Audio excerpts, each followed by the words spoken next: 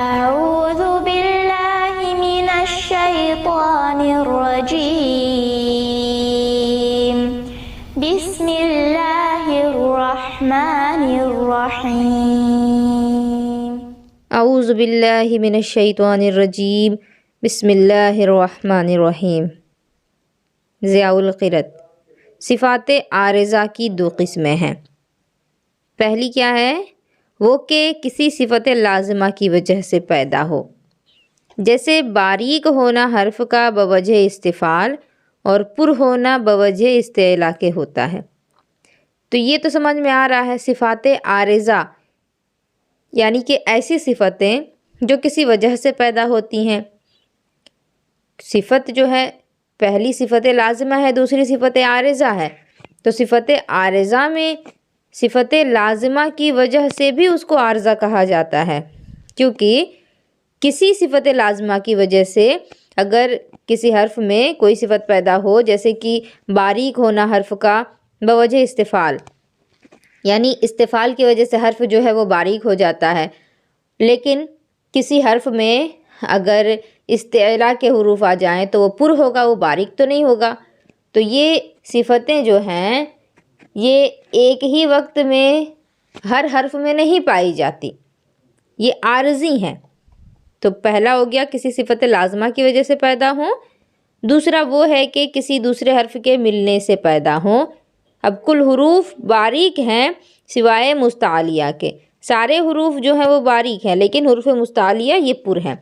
ان حرفوں کے جن میں اور ان حرفوں کے کہ جن میں کبھی کسی وجہ سے صفت استعلاء ہو جائے۔ حروف مستعلیہ جو ہیں وہ تو ہر حال میں پر ہوں گے، لیکن کچھ حروف ایسے ہیں کہ جو کبھی کبھی پر ہو جاتے ہیں، ان میں کبھی کبھی صفت استعلاء پائی جاتی ہے۔ اس قسم کے حروف لام اور را اور الف اور واو ہیں۔ یہ چار جو ہیں یہ کبھی پر اور کبھی باریک پڑھے جاتے ہیں۔ ان کا قاعدہ اب آپ کو پڑھایا جائے گا۔ حروف مستعلیہ ہمیشہ پر ہوتے ہیں اور لام ہمیشہ باریک ہوتا ہے۔ حروف مستعلیہ یعنی وہ حروف جو پر پڑھے جاتے ہیں، خص ضغط قز، یہ تو ہر حال میں ہمیشہ آپ کو پر ہی پڑھنا ہے اس کو، ٹھیک ہے؟ اور لام کو آپ کو ہر وقت ہمیشہ باریک ہی پڑھنا ہے، مگر جب لفظ اللہ کے لام سے پہلے زبر یا پیش ہو۔ لام پر حروف میں نہیں آتا، خص ضغط قز میں لام نہیں ہے، تو لام جو ہے وہ باریک حرفوں میں آیا، لیکن کبھی کبھی ایسا ہو جاتا ہے کہ لام کو آپ کو پر پڑھنا ہوتا ہے۔ تو وہ کون سی صورت ہے کہ جب لفظ اللہ کا جو لام ہے اس سے پہلے زبر ہو، جیسے اللہ، یہاں جو لام ہے لام پر کھڑا زبر ہے، اس سے پہلے دیکھیے حمزہ پر زبر ہے، تو اب یہ لام جو ہے نا آپ کو اس کو پر پڑھنا ہوگا۔ اگر پیش بھی آ جائے لفظ اللہ کے لام سے پہلے تو بھی آپ کو پر پڑھنا ہوگا۔ اللہ کے لام سے پہلے زبر یا پیش ہو تو لفظ اللہ کے دونوں لام پر ہوں گے۔ دونوں لام کیوں کہا جا رہا ہے؟ کیونکہ لام پر تشدید ہے، اور تشدید جس حرف پر ہو تو وہ دو ہوتے ہیں، جیسے اراد اللہ، قالوا اللہم، سیقول السفہاء۔ اب یہ پوری آیت ہے ما ولاہم، لیکن ما ولاہم کا جو لام ہے نا یہ باریک ہوگا۔ یہاں ولاہم اس کو آپ اللہ مت سمجھیے، ما ولاہم کا جو لام ہے اس کو اللہ نہیں سمجھنا ہے۔ ولاہم یہاں معنی ہے پھرنا کا معنی یہاں پر آیا ہے، ٹھیک ہے؟ یا کسی کی طرح کوئی کام کرنا۔ تو اب ما ولاہم میں جو لام ہے اس پر بھی تشدید ہے، اور اس لام سے پہلے واو پر بھی زبر ہے، تو اس کو بھی پر پڑھنا چاہیے۔ تو ایسا نہیں ہوگا کیونکہ یہ لفظ جو ہے اللہ کا لفظ نہیں ہے۔ لفظ اللہ میں صرف یہ قاعدہ ہے کہ اگر لفظ اللہ کے لام سے پہلے زبر ہے یا پیش ہے تو اس لام کو پر پڑھیں گے، اس کے علاوہ لام پر چاہے کوئی بھی حرکت ہو، کچھ بھی ہو، کوئی بھی لام پر نہیں ہوگا، کیونکہ یہ لام لفظ اللہ کا نہیں۔ اور اگر لفظ اللہ سے پہلے زیر ہو تو لام باریک ہوگا، جیسے للہ کا لام، جیسے بسم اللہ پڑھیں گے تو باریک پڑھیں گے، للہ پڑھیں گے تو بھی باریک پڑھیں گے۔ تو لفظ اللہ کے لام سے پہلے زیر ہوا تو باریک۔ تو چار میں سے یہ لام ہو گیا ایک۔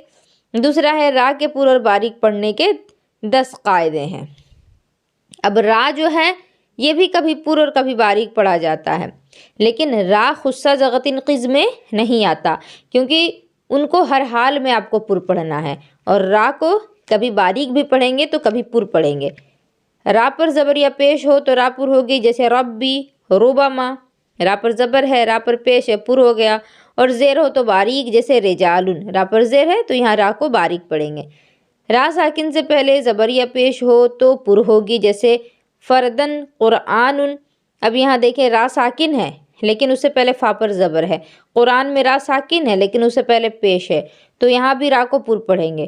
اور زیر اصلی ایک کلمہ میں ہو اور اس را ساکن کے بعد کوئی حرف مستعلیہ ایک کلمے میں نہ ہو تو باریک، جیسے فرعون. اب کیا کہا جا رہا ہے؟ زیر اصلی ایک کلمے میں ہو، یعنی ایسا زیر ہے جو کہ کبھی ہٹتا نہیں ہے کلمے سے. جیسے یہاں دیکھیے فرعون، یہ فرعون پہ جو فا پر زیر لگا ہے نا، یہ زیر کبھی زبر نہیں بنے گا. آپ نے فرعون نہیں سنا ہوگا، آپ نے فرعون نہیں سنا ہوگا، یہ زیر اصلی ہے. فرعون کا نام جو ہے وہ زیر کے ساتھ ہی ہے تو اس کو زیر اصلی کہیں گے.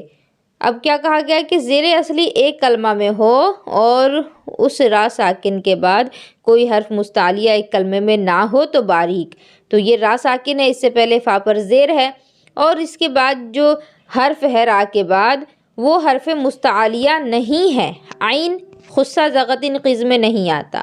تو اب اس را کو آپ کسی طرح سے پر نہیں پڑھ سکتی ہیں، کیونکہ ایک قاعدہ بنتا ہے نا را کے پر پڑھنے کا کہ را ساکن سے پہلے حرف پر زبر ہو یا تو را ساکن کے بعد جو حرف ہے وہ پر حرف ہو. تو نہ ہی یہاں را ساکن سے پہلے زبر ہے، نہ ہی را ساکن کے بعد والا حرف پر ہے، تو اس کو آپ کو ہر حال میں باریک ہی پڑھنا ہے. اور جو زیر کسی وجہ سے ہو اس کو زیر عارضی کہتے ہیں. یہ بھی آپ کو معلوم ہی ہے کہ عارضی کیا ہوتا ہے. اصلی ہے جو ہر حال میں رہے گا، کبھی نہیں ہٹے گا، لیکن عارضی کیا ہے کہ وہ ہٹ جاتا ہے.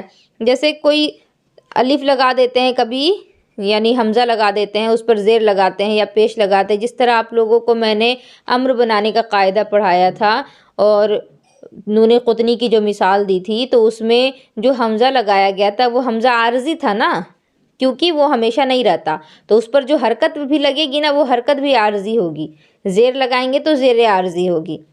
تو جو بھی عارضی حرکت ہے اس کو اور جو زیر کسی وجہ سے ہو تو اس کو زیر عارضی کہتے ہیں. تو ٹھیک ہے، عارضی زیر آنے کی وجہ سے باریک نہیں ہوتا ہے. اور جو زیر اصلی لفظ کا ہو اس کو زیر اصلی کہتے ہیں. یہ تو کلیئر ہو گیا. تیسرا ہے را ساکن سے پہلے زیر عارضی ہو تو را پر ہوگی. اب دیکھیے اس کی مثال آ گئی، جیسے ارجعو اور امر تابو.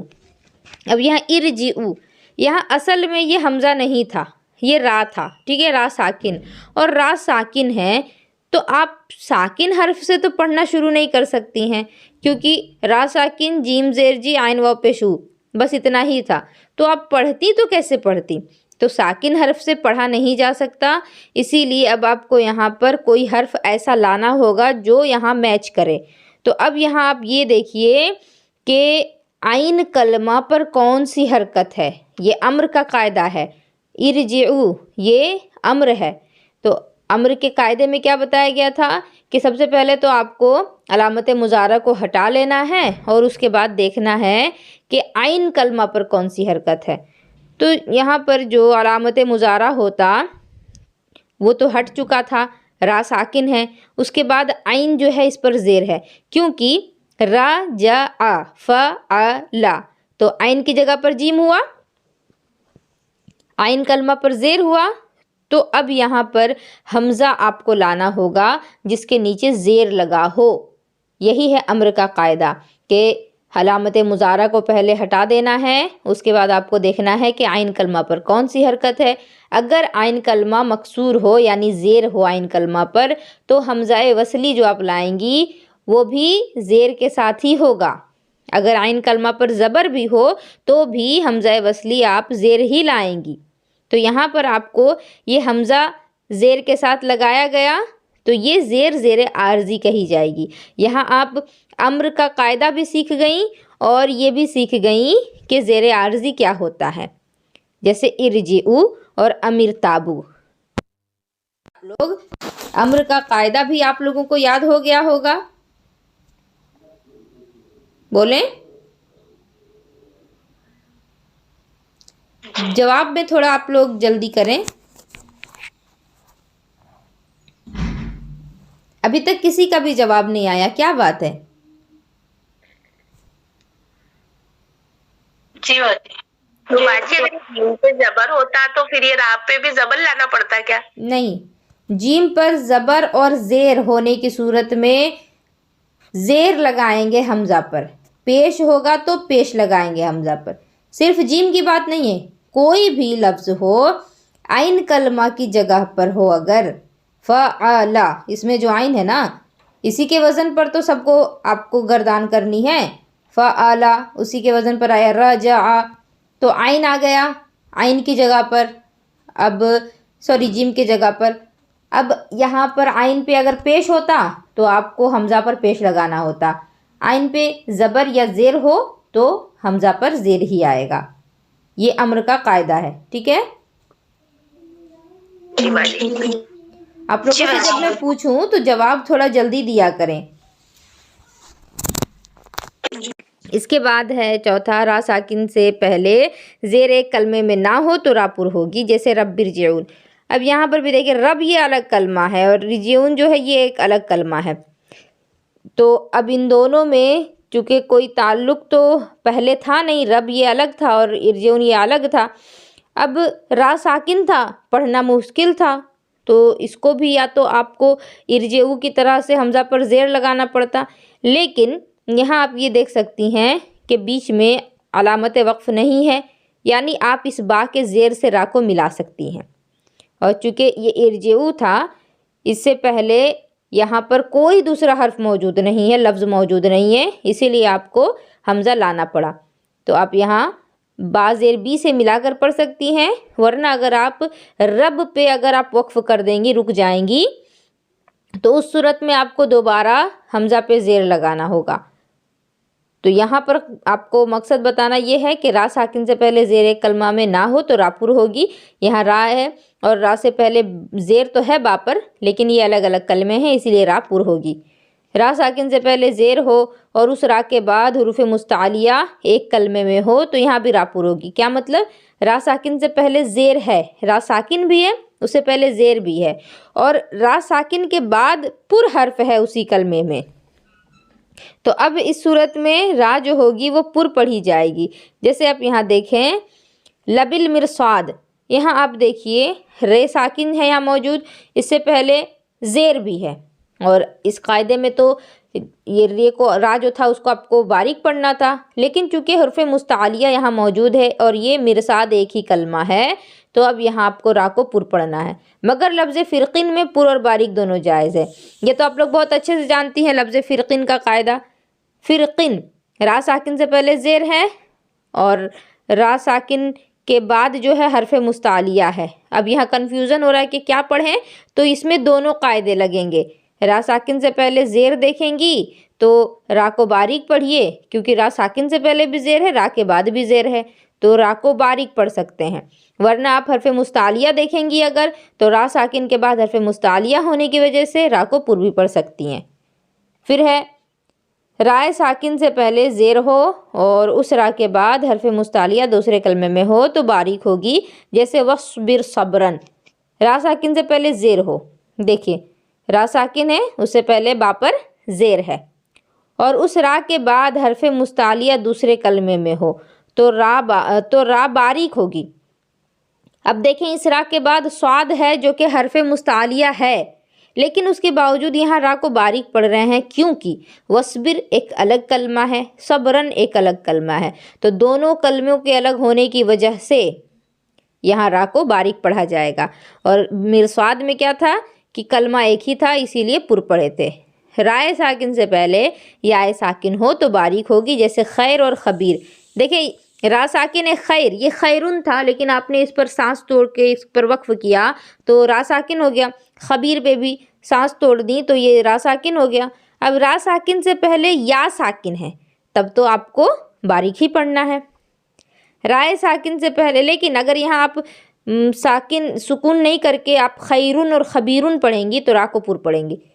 رائے ساکن سے پہلے ساکن غیر یا ہو تو اس ساکن سے پہلے زبر یا پیش ہو تو پر ہوگی، جیسے نارو نور، اور زیر ہو تو باریک، جیسے السحر۔ اب اس کا کیا مطلب؟ رائے ساکن سے پہلے ساکن غیر یا، یہاں دیکھیں نار اور نور میں را ساکن ہے، اور را ساکن سے پہلے ساکن غیر یا مطلب را ساکن سے پہلے جو حرف ہے وہ یا نہیں ہے، وہ حرف تو ساکن ہے لیکن وہ حرف یا نہیں ہے۔ اوپر تھا را ساکن سے پہلے یا ساکن ہو، لیکن یہاں ہے را ساکن ہے اور اس سے پہلے جو حرف ہے وہ بھی ساکن ہے لیکن وہ حرف یا نہیں ہے، تو اسی لیے یہاں پر اس کو نار اور نور اس کو کیا پڑھیں گے؟ اگر زبر ہے الف سے ساکن حرف سے پہلے اگر زبر ہے یا پیش ہے تو پھر پر پڑھیں گے، اور اگر زیر ہو تو باریک پڑھیں گے، جیسے السحر۔ اب یہاں پر بھی دیکھیں السحر، یہ را ساکن ہے، را ساکن سے پہلے ہا بھی ساکن ہے، اور یہ ہا جو ہے وہ یا تو نہیں ہے۔ اب ہا سے پہلے جو حرف ہے سین، اس پر زیر لگا ہے، اگر سین پر زبر ہوتا تو را پر پڑھ سکتے تھے، پیش ہوتا تو پر پڑھ سکتے تھے، لیکن چونکہ زیر ہے اسی لیے زیر پڑھیں گے۔ نار اور نور، یہاں آپ کو را کو پر پڑھنا ہے۔ بات سمجھ میں آ رہی ہے؟ کیونکہ را ساکن سے پہلے جو حرف ہے وہ اگرچہ ساکن ہے لیکن پہلی بات وہ یا نہیں ہے، اور دوسری بات اس سے پہلے والا جو حرف ہے اس پر زبر ہے یا تو پیش ہے۔ اگلا ہے رائے مشددہ پر زبر یا پیش ہو تو دونوں را پر ہوں گی، جیسے لیس البر و لیس البر۔ را مشددہ پر زبر یا پیش ہو، بالکل وہی بات ہے را پر زبر یا پیش ہو کی طرح۔ را پر تشدید ہے اس پر زبر ہے، را پر تشدید ہے اس پر پیش ہے تو پر پڑھیں گے، اور بری را پر تشدید ہے لیکن اس پر زیر ہے تو باریک۔ را کا زبر بوجہ امالہ کے زیر کی طرف مائل ہو جائے تو را باریک ہوگی۔ را پر زبر ہے لیکن امالہ کرنے کی وجہ سے اگر وہ زیر بن جا رہا ہے تو پھر اس کو باریک پڑھیں گے، جیسے بسم اللہ مجریہا۔ یہ جو کھڑی زیر ہے اس کو آپ کو باریک پڑھنا ہے۔ امالہ کی وجہ سے جب زبر زیر کی طرف مائل ہو جاتا ہے تو اس کے بعد کا الف بھی یا کی طرف مائل ہو جاتا ہے، یعنی زبر اگر ہے تو وہ جب زیر کی طرح ہو رہا ہے تو الف بھی یا کی طرح ہوگا، کیونکہ کھڑا زبر کو ہم لوگ الف کے قائم مقام سمجھتے ہیں، کھڑی زیر کو یا کے قائم مقام سمجھتے ہیں، اور الٹا پیش کو واو کے قائم مقام سمجھتے ہیں۔ تو یہاں جو کہا جا رہا ہے کہ کہاں چلا گیا کہ امالہ کی وجہ سے جب زبر زیر کی طرف مائل ہو جاتا ہے تو اس کے بعد کا الف بھی یا کی طرف مائل ہو جاتا ہے، ٹھیک ہے؟ یہ کھڑا زبر جو تھا وہ الف کے برابر ہوتا ہے اور کھڑی زیر جو ہے وہ یا کی طرف ہوتا ہے، تو الف بھی یا کے برابر ہو گیا، یعنی یا کی طرف مائل ہو گیا۔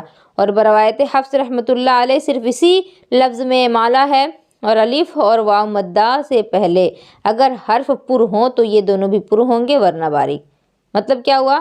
الف مدہ ہے یا تو واو مدہ ہے، اور اگر ان سے پہلے کوئی پر حرف ہے تو الف مدہ بھی پر ہوگا، واو مدہ بھی پر ہوگا، اور اگر باریک حرف ہے تو باریک ہوگا۔ مثال میں سمجھا دیتی ہوں، الف مدہ جیسے قالا، قاف الف زبر قا، لام زبر لا، قالا، قاف کے بعد جو الف ہے اس کو دیکھیے تو الف مدہ ہے کیونکہ الف سے پہلے قاف پر زبر ہے، اور جو قاف ہے وہ پر حرف ہے، تو قاف کے پر ہونے کی وجہ سے الف بھی پر ہو جائے گا، جیسے قالا۔ لیکن اگر یہ جو الف اور واو مدہ ہے اس سے پہلے جو حرف ہے وہ پر حرف نہیں ہے تو اب اس صورت میں آپ کو الف اور واو کو بھی پر نہیں پڑھنا ہے، جیسے مالا، میم الف زبر ما، لام زبر لا، مالا۔ یہاں بھی الف مدہ ہے اور الف مدہ سے پہلے زبر ہے تو الف مدہ ہوا، لیکن میم جو ہے وہ حرف پر نہیں ہے، اسی لیے الف بھی پر نہیں ہوگا۔ تو بات اتنی سی ہے کہ الف مدہ ہو یا واو مدہ ہو، ان سے پہلے پر حرف ہے تو ان دونوں کو بھی پر پڑھ لیں گے، اور باریک حرف ہے تو باریک پڑھیں گے۔ بات سمجھ میں آ گئی؟ امید کرتی ہوں کہ اللہ رب العزت آپ سبھی کے لیے آسانیاں فراہم کرے۔